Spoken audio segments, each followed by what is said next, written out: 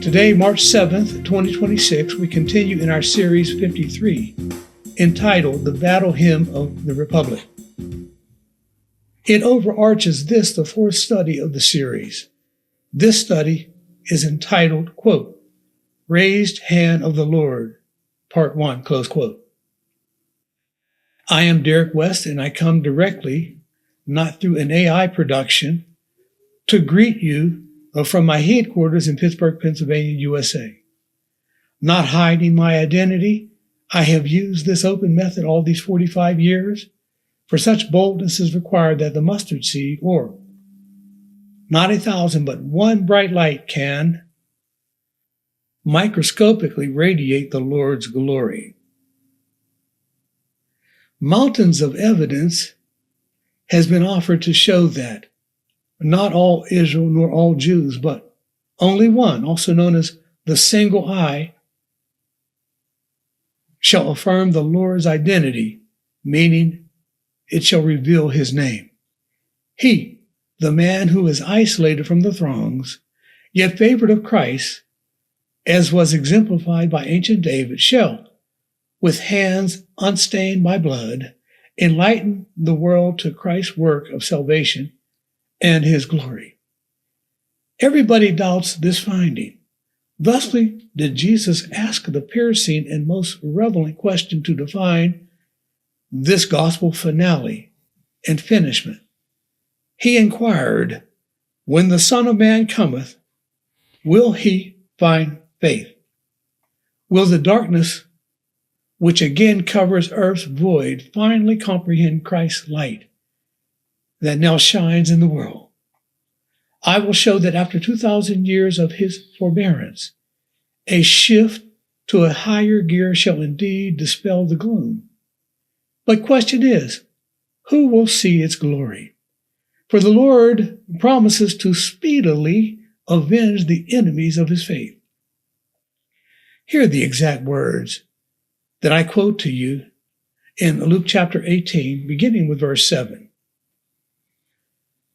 And shall not God avenge his own elect, which cry day and night unto him, though he bear long with them? I tell you that he will avenge them speedily.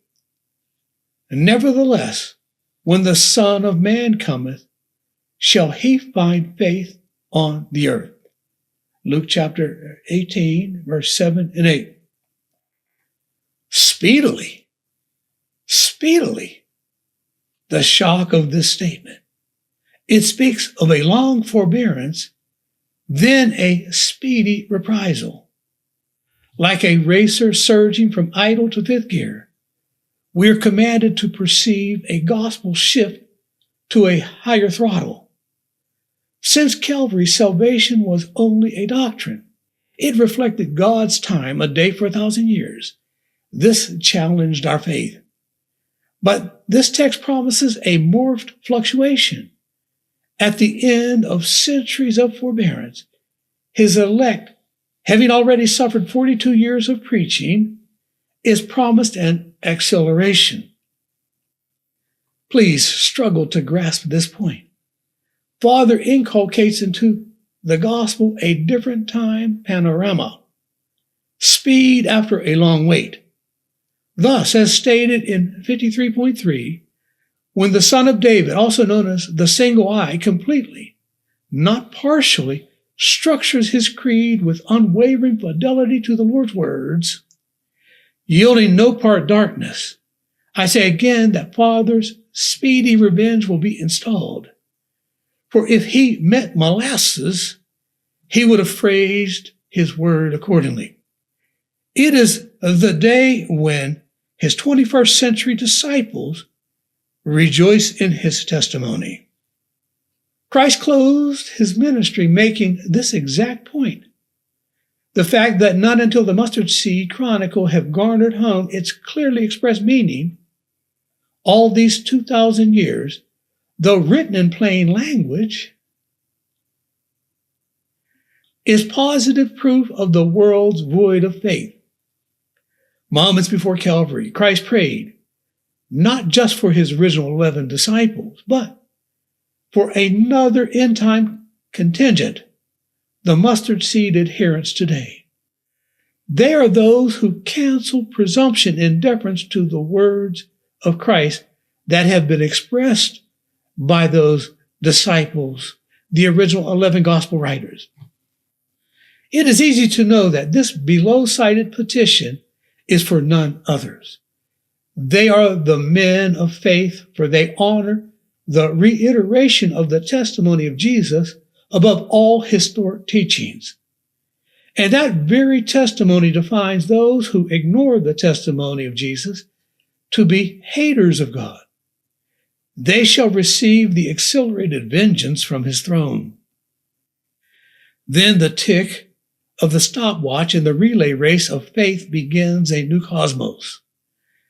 Cited in 53.3, I again quote the Lord's final prayer, that all may behold this facet of his glory. Beginning with verse 1 in John chapter 17, I quote, Father, the hour is come, glorify thy Son, that thy Son may also glorify thee. I pray for these 11 disciples. I pray not for the world.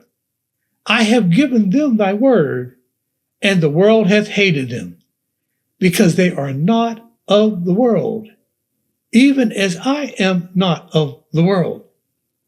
Pausing the reading for a moment here will allow us to absorb the 2,000-year history leading to the first clock tick of the stopwatch click, when God's anchor makes the final kick to launch the swift, vengeful flick from his quick nightstick. He says, I have given them thy word. Neither pray I for these 11 disciples alone. Pausing again. So the Lord expands the scope of his prayer from the original 11 to others today. Picking it up again in verse 20. Neither pray I for these 11 disciples alone, but for them also which shall believe on me. I think we need to wait for this. Through their word, that they all may be one, as thou, Father, art in me, and I in thee, that they also may be one. Please pay careful attention to the emphasis. That they also may be one in us. And the glory which thou gavest me, I have given them. Pause. I hope that you mentally log the identity of those to inherit Father's glory. Repeat again. And the glory which thou gavest me, I have given them, that they may be made perfect in one, and that the world may know that thou hast sent me. John chapter 17, verses 9 through 23. When the end-time disciples become one in God's glory, then his time shall match ours. Why? Because then we will share the same glory. This ushers in the day of his speedy revenge on those who, after a long classroom endurance, have proven to fail the finals, the Gentile test of faith. So he ushers in a new evangelism. Yesterday, faith required persuasion. But when the endowment of saintly power and glory shall begin, then the efficacy of faith will have passed. Skills of argument will then be rendered useless, because even though many others will be saved in that same hour, their salvation will have the added component of miraculous works, thus installing salvation by sight and not by faith in God's words. Thus, evidence from his word will then become a vain evangelical tactic and the blossom of the display of his power and glory. It will be the time when power display will be the only method to yield converts, though I caution that they shall be converts of subordinate status or a rank and file roster of obscene saints to serve in the eternal church. Thereby the glory of God shall become the reinvestment of Adamic dominion that shall only be endowed to highest in rank, the faithful class, the mustard seed saints. They are glorified because they believe that Father sent Christ to chase away the world's prevailing darkness. Their battle hymn points to this new republic. Such wins victory not by debate, but by Father's glory, showing that salvation by faith was not scheduled to last forever. Of this theme, Paul's work affirms. He said, and I partially quote, Israel was broken off by unbelief. But for the Gentiles to succeed, they must now stand by faith, lest a greater severity befall them, and they become cut off. See Romans 11 reference descending on your screen.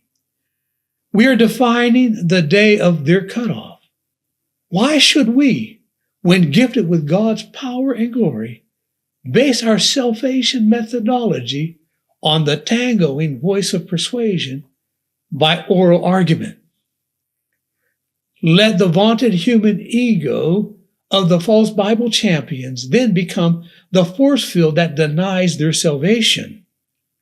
As with the Pharisees, when confronted with stunning miracles, the perplexity today will also be, shall I honor these humble servants to become obeisant to them, Jacob, or shall I pretend to be right so as to protect my image? So you see, with the stopwatch click, it will be folly to debate when you have the power to save with miraculous evidence. It is different for Adventists, I must add. A contrary ouster shall prevail for them. Revelation shows a greater penalty for their recent failure to embrace faith. Why? Because they are, by symbolism, defined as the adults. Another way of putting that is the men of the earth, the ordained shepherds, and not the sheep. The symbolism infers that shepherds are men, sheep are animals. Being Zion, God's ordained, they can only be saved by faith. Thereby are they described as running in a frenzy to Avalanche Mountain, so as to protect their pride by hiding under the falling rocks of deception, that they may conceal Father's glorified elect. It says in Revelation chapter 6, beginning with verse 15, and the kings of the earth, and the great men, and the rich men, and the chief captains, and the mighty men, and every bondman, and every free man, hid themselves in the dens and in the rocks of the mountains, and said to the mountains and rocks, fall on us, and hide us from the face of him that sitteth on the throne, and from the wrath of the Lamb. Revelation 6, verse 15 and 16. Why do they run from the Lord's elect? They do so because they fear the Bible cancellation of their cherished doctrines. Their egos then cause them to flee from his elect. And disciples have no mission to chase them with crisp debate. He has sheep in the world that will now come merely by the call of his voice. Imagine the silliness of begging people to receive all the remedies of life's afflicting curses. We are shepherds, not cowboys. Our call is not to chase them down and lasso them to receive our branding iron. The world is full of the humble of the earth, men who welcome the glory of the Lord as expressed by the writings of the original 11 disciples. They will be allured, not by argument, but by miracles, by grace. It is the glory, according to John chapter 17, that is made perfect in one man, David. He who receives the glory which Father originally endowed to Christ. This fact reveals the meaning of God's hand. Past studies have given much focus on the 4 strong meat doctrines which Paul highlights. Bypassing 3 for this study, I revisit and focus on the one he termed the doctrine of the laying on of hands. To receive it, the church must finally leave the milk so as to gain skill to choose good over evil, which is Adam's appointed test for man, if you remember from Genesis. The difficulty is in the graduation to maturity. For Paul says that after these past 2,000 years, the church must advance from her immature doctrines of Christ to finally behold his glory. As with creation, earth must chase away darkness by comprehending his brighter light. Let's quote him in Hebrews chapter 5, and I'll begin with verse 10. Called of God and high priest after the order of Melchizedek, of whom we have many things to say, and hard to be uttered, seeing ye are dull of hearing. For everyone that useth milk is unskillful in the word of righteousness, for he is a babe. But strong meat belongeth to them that are of full age, even those who by reason of use have their senses exercised to discern both good and evil. Therefore, leaving the principles of the doctrine of Christ, let us go on unto perfection of the doctrine of baptisms, and our emphasis of laying on of hands, and of resurrection of the dead, and of eternal judgment. Hebrews chapter 5, verses 10 through 14, and chapter 6, verse 1 and 2. We cannot uncover the strong meat doctrine that reveals the meaning of laying on of hands until we recognize that a man, David, symbolizes the Lord's hands. Our long forbearance can't compare to that of ancient David's. He was promised a 100 generational wait so as to afterward receive a son of his same name, David. That son, as the Lord's symbolic hand, shall reveal his glory.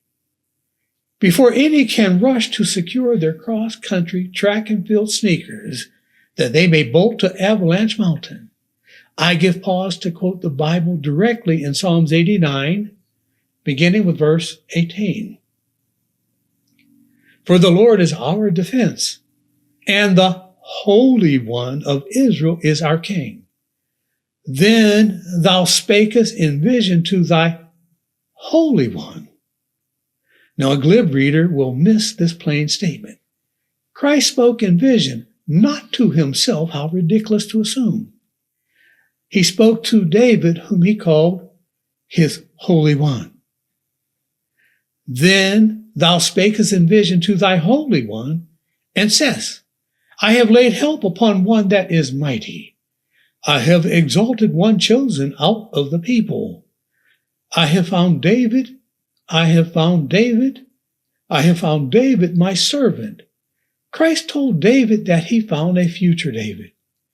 With my holy oil have I anointed him. With whom?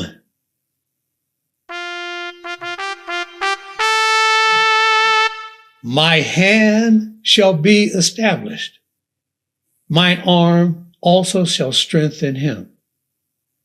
The enemy shall not exact upon him, nor the son of wickedness afflict him. And I will beat down his foes before his face. Psalms 89, 18 through 23. Bulletin. Christ told, not Jesus, but David, I have found David my servant, with whom my hand shall be established. With no hope of debate, he told ancient David that David's future son, who is also called David, shall establish his hand, the hand of the Lord. Leading us to the chapter of our central focus that is also recorded in Psalms, one that has also been concealed from our understanding until this work. None have ever unlocked it to reveal the abuses of Masonry, the sons of wickedness, those scheduled only now for divine vengeance. The time when Christ raises up his prophetic hand from amongst the people. He raises it up to protect Jerusalem, also called the Fatherless, whom we have come to know as the sons of America's former slaves. Those against whom the Confederate flag wavers have so long sought to humiliate. Was not this the real meaning of the Republic's battle hymn? It was the desire to protect the fatherless, a term, the definition of which has an ethereal meaning. The mission to protect an oppressed people, a people devoid of national identity.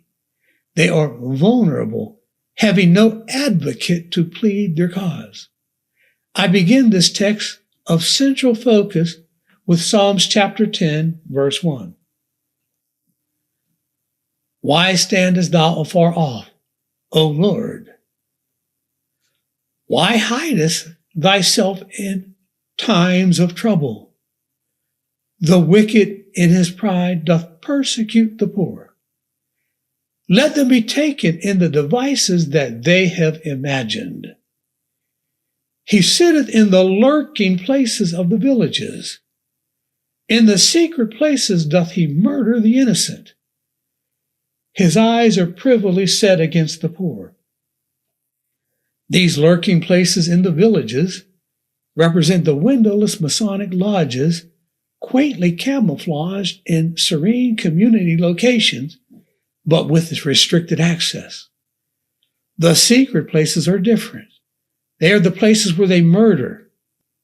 They are hidden caverns dedicated to sacrificial rituals, places like the dark forest, the catacombs, the Bohemian Grove, Epstein's Island, wealthy mansions with secret chambers or secluded places that powerful men can practice their Baal worship and, at the same time, be protected from public view of their ritual murders. Backstepping the launch forward, we continue with Psalms 10, verse 9 again. In the secret places doth he murder the innocent. He lieth in wait. I'm going to use this phrase as a catchphrase of downstream reverberation. He lieth in wait secretly as a lion in his den. He lieth in wait to catch the poor. He doth catch the poor when he draweth them into his net. He croucheth and humbleth himself, that the poor may fall by his strong ones. He hath said in his heart, God hath forgotten. He hideth his face. He will never see it. Well, David here in Psalms 10 gives us a mouthful. He shows three groups that we must distinguish. The first are the crouching lions. Then the second, the strong ones, or the men of the lion's proxy, deployed to seize upon the third, their victims, the poor. Amazing, the simple process of counting to three often unveils Bible doctrine, for it does not just say he croucheth to catch the poor. Instead, it says he croucheth that someone else, his strong ones, may seize the poor. The identity of these lions, proof to follow, represent today the Pharisaical Jews who, since Calvary, gained a grip of power on the necks of the Gentile rulers. The first of many, Pontius Pilate, exemplifies this point. Since that struggle, being ever so jealous of Jesus' acclaim, the Pharisaical Jews sported to the naive Gentiles of immature Christian development the false claim of their Old Testament Bible mastery. This they did to convince the Gentiles that they are the chosen and favored people of God. But you may counter. Did not Jesus claim that salvation is of the Jews? He did so under different connotation. He referred to one man, or by microscopic, not macroscopic constraint. Shiloh, the son of David, is promised to be that quintessential Jew. He is to be the hand of the Lord, his single eye. He is the one for whom Christ asked to receive Father's glory. Ruminate on this point. Do not brothers often manifest different degrees of honor to God? Among the Jews, Shiloh, with his core of disciples, was God's choice to bless the world. But he had Jewish brethren of unholiness. The Masonic troop of Psalms 10 identifies them as the crouching lions.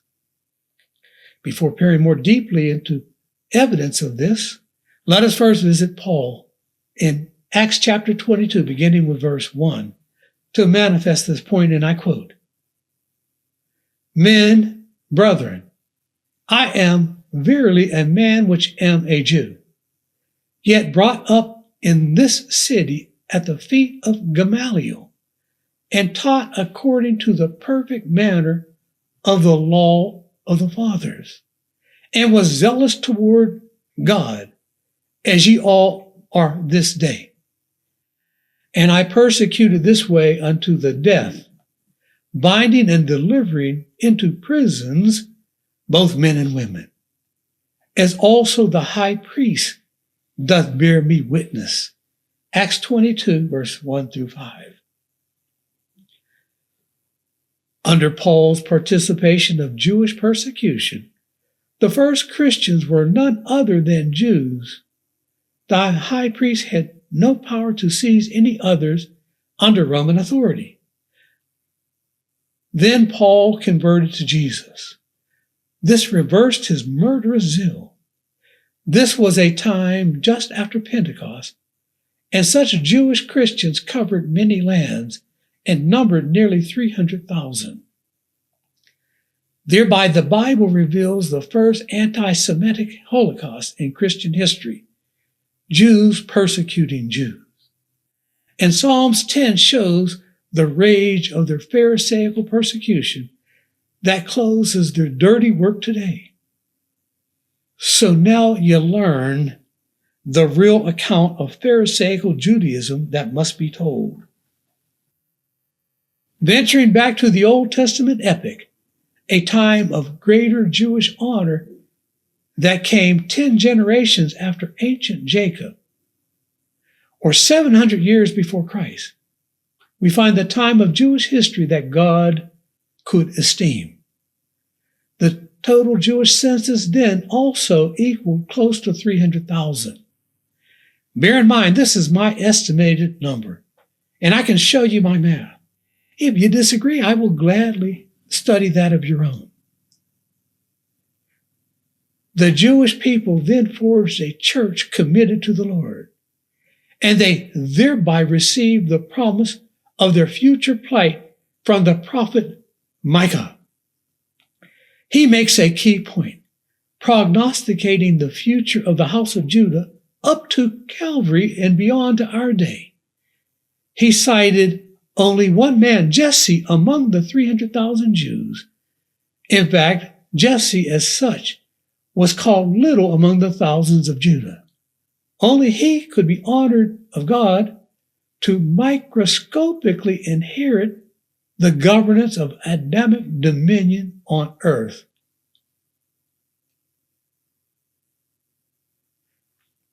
The catch, such would only come through his, Jesse's seed, after nearly 100 generations through time to follow. And more exclusive still, of all 8 of Jesse's immediate sons, the Lord accepted only one, David. Only through him could God genetically descend that promise forward. Talk about microscopic purveyance. It turns out that the ordination of Jews worthy to be called chosen of God for Adamic dominion is an exclusive club. Remember, it says in Isaiah 65, "And I will bring forth a seed out of Jacob, and out of Judah an inheritor, singular, of my mountains, and mine elect," again singular, "and my elect shall inherit it, and my servants, plural, shall dwell there." Isaiah 65, verse 9.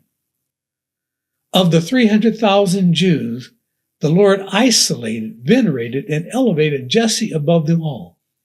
He said in Micah chapter 5, beginning with verse 1, "Now gather thyself in troops, O daughter of troops. They shall smite the judge of Israel with a rod upon the cheek.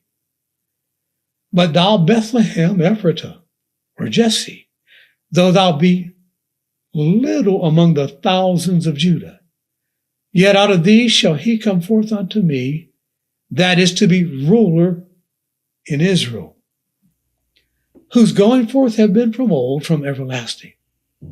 Therefore will he," so significant is this point that we have to wait for it, "therefore will he give them up until the time that she which travaileth hath brought forth.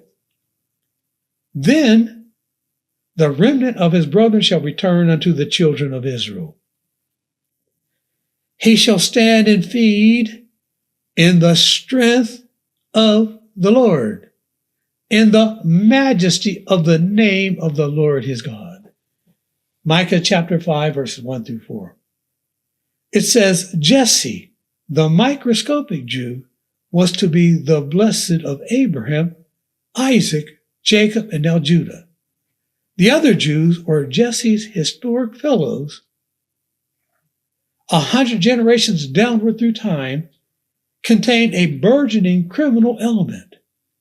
They are the men whom David in Psalms 10 defined as the crouching lions, not their God-fearing brethren who emerged under Shiloh's ministration and who accepted the original testimony of the 11 disciples of Jesus 2,000 years ago to receive the glory of the Lord today. For Shiloh today was predetermined to be born of, quote, "she which travaileth," close quote. This means that Shiloh was to be a Jew born out of a different diaspora, out of Protestant Christianity today. Of this we have Bible assurance, for the context says, "He shall stand and feed in the strength of the Lord," making him to be the Lord's hand to bring today the speedy vengeance and his rescue of the fatherless. Time allows the offering of just 2 of many more Bible affirmations. Before venturing back to our central text, first consider the Apostle Paul's corroborative claim of Jewish treachery. He said in Ephesians chapter 4, beginning with verse 11, "And he gave some apostles, and some prophets, and some evangelists, and some pastors and teachers, for the perfecting of the saints, till we all come in the unity of the faith and of the knowledge of the Son of God, unto Shiloh, a perfect man, unto the measure of the stature of the fullness of Christ, that we henceforth be no more children, tossed to and fro and carried about with every wind of doctrine by the sleight of men, and cunning craftiness, whereby," here comes our cherished phrase of reverberation, "whereby they lie in wait to deceive." Ephesians 4, verses 11 through 14. So you see, early Christians were novices, not just with the testimony of Jesus, but with the authority of the Old Testament itself. Yet Jesus and his early Christian leaders extolled to them the Old Testament as Holy Scripture. So persuasive was their gospel call that they gave an opening to the cunning craftiness of the jealous-hearted crouching lions. How so? Because the Pharisees proclaimed themselves to be the true scholars and the favored voice of God. They lied in wait to deceive. Paul's words. After all, they then, as they do also today, shrouded themselves in the pretentious garb of Old Testament piety. Children often cannot discern the manipulative hands in the Muppet Show. Thus, they suffer under the tug of social acceptance. Some were deceived to extol Pharisaical Jews to be useful to advance Jesus' gospel. Even today, evangelicals allure the naive to pray for the peace of Jerusalem and for the peace of Israel. But it was not just Paul. Judah's own father, Jacob, exposes the extent of Jewish treachery. Something else when your dad prognosticates your problems to the world. He says in Genesis chapter 49, and I begin with verse 1, "And Jacob called unto his sons and said, Gather yourselves together, that I may tell you that which shall befall you in the last days." One by one he evaluated all 12, but with Jacob's fourth son, Judah, he said, "Thou art he whom thy brethren shall praise." Sounds good so far, right? "Thy hands shall be in the neck of thine enemies. Thy father's children shall bow down before thee. Judah is a lion's whelp. From the prey, my son, thou art gone up. He stooped down, he croucheth as a lion, as an old lion. Who shall rouse him up? The scepter shall not depart from Judah, nor a lawgiver from between his feet, until Shiloh come, and unto him shall the gathering of the people be. Genesis chapter 49, verses 1, verse 8 through 10. Synopsis. Jacob diagrammed the last day fruition of the Jews, a duopoly who brings both crime and salvation. Shiloh, the righteous, fearlessly rouses his brethren, the old lions. He proves them to be creeps. Joy comes to the other sons of Jacob, as so promised by Jacob when they, the 144,000, begin to praise Shiloh's work. He graces them with fatherhood protection. He also gathers the nations. Therefore, by his world harvest is salvation of the Jews. Thusly are the 144,000 called the first fruits. But, as stated, not all brothers are linked arm in arm in faithfulness to God. Those Jews who hate Christ extort Christians by way of Lucifer's lodge lurking and leering lions, leech the Christian nations with a tightening grip on the neck.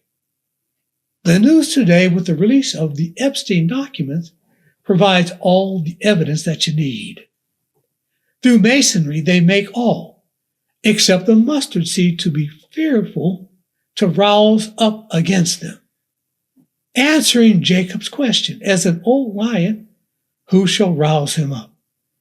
For behind the scenes, they worship Lucifer, the menacing enemy of God, by use of his supernatural powers to intimidate. Why not this office? Remember, it is called by the Lord to testify against both them and the Gentiles, as shown descending on your screen.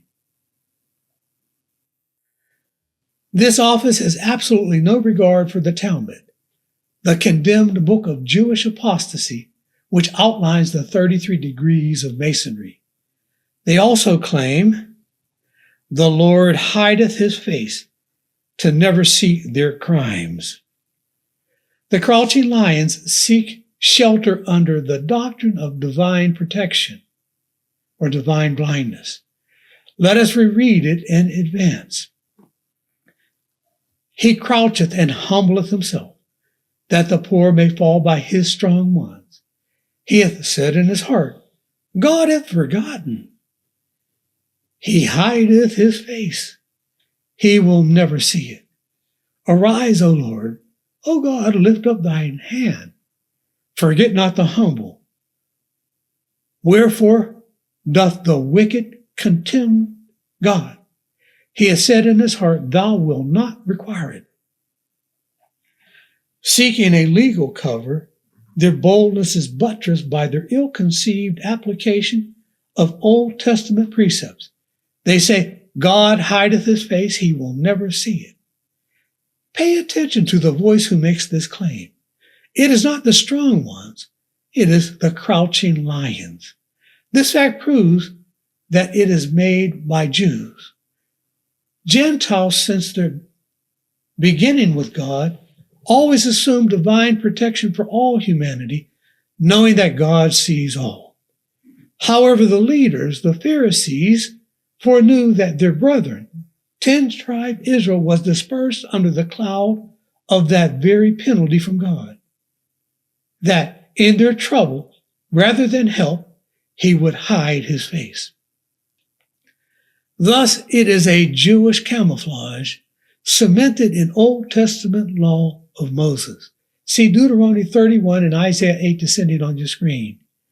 That gives them the presumptive precept of pro bono protection, providing penalty-free predation. Their den of secrecy, therefore, foreknows that Jerusalem, the sons of America's former slaves, are not insulated by God since they were banished. This makes them the preyed upon fatherless. The flaw in their theology is their lack of understanding of Jesus' commission. Having rejected his ministry, he, not Christ, gained power of attorney in the Gentile epic. He was therefore not bound by their Old Testament presumptions. Jesus was not God. Instead, he was the only begotten upon whom Christ, by covenant promise, concealed himself. Unable to thereby differentiate, the non-Christian Jews have toiled these past 2,000 years under Jesus' jurisprudence. The Holocaust represents his reprisal, not for their predations upon Jerusalem, but for their interference with his gospel commission. The payback time for Jerusalem's affliction comes differently. He, Jesus, will reappoint Christ to avenge his own in the day that he raises his hand to requite their offenses. This ushers in a new day when God avenges his elect.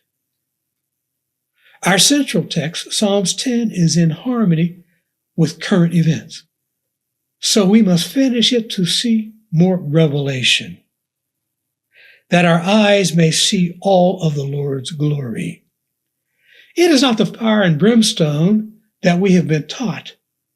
Before that can occur, he must punish the sins of the oppressors and both vindicate the humble and protect the fatherless. Let's finish reading. It says, Why standest thou afar off, O Lord? Why hidest thyself in times of trouble? The wicked in his pride doth persecute the poor. Let them be taken in the devices that they have imagined. The people who elected MAGA republicanism wanted to reinstall the crimes against Jerusalem by rekindling the Confederacy. Today they are being taken in their own devices. The farmers, the conservative women, the Hispanics, the Somalians, who dare belittle Jerusalem for their fatherless status. even Cubans, Africans, and Jamaicans et al. It is the day of reciprocation. It has just started. But it says more, quoting more from Psalms 10. The wicked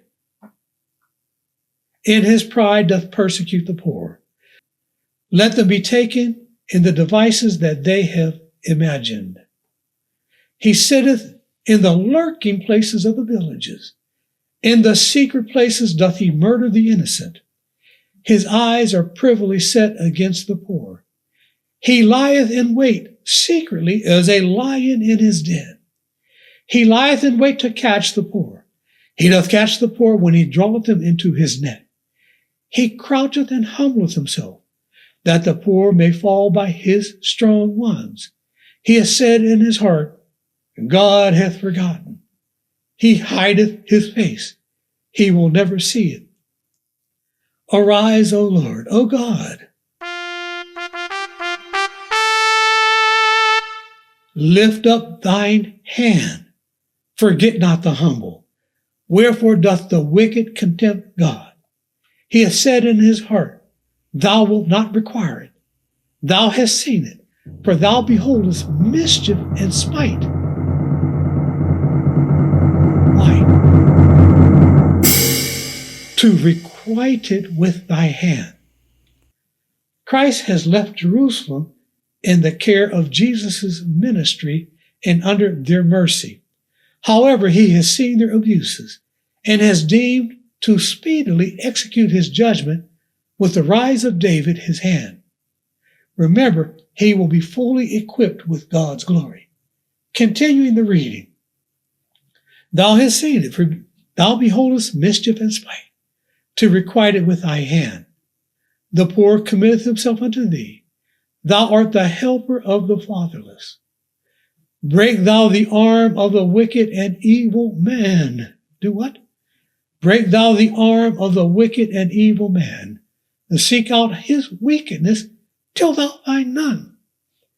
The Lord is king forever and ever. The heathen are perished out of his land. Lord, thou hast heard the desire of the humble. Thou wilt prepare their heart. Thou wilt cause thine ear to hear.